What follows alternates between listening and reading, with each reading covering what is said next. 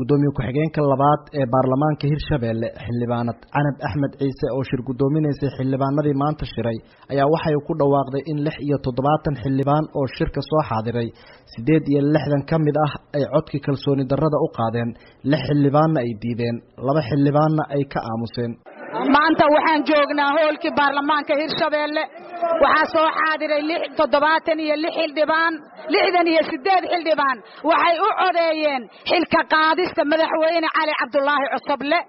6 xildhibaan waa ka aamuseen 2 xildhibaanna way diiday taas ayuu waxa ansax ku ah mooshinkii laga keenay Cali Cabdullaahi Cosoble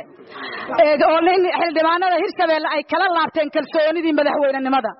sidaa daraadeed waxaan u sheegaynaa shacabka reer Hirshabelle iyo ummadda reer Hirshabelle inuu si ku meel gaara xilka noogu hayo madaxweyne ku-xigeenka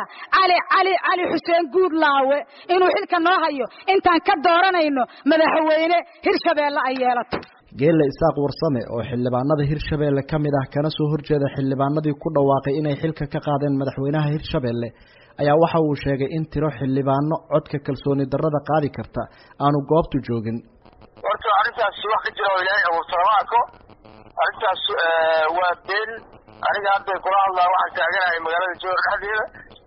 36 xildhibaan ayaa ku xarooday hool ay leedahay shirkad oo meesha ku tiilay oo hataa hoolkii sharciga aan ahayn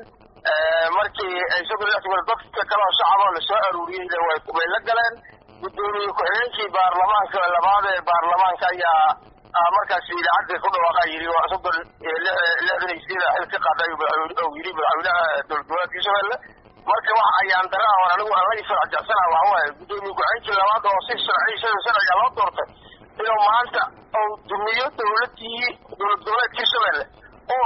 asigii la doortay xildhibaanadu ka beesheego dad shacab oo hor ku xariisato ayaan daraa wax kama jiraan 36 xildhibaan wax ka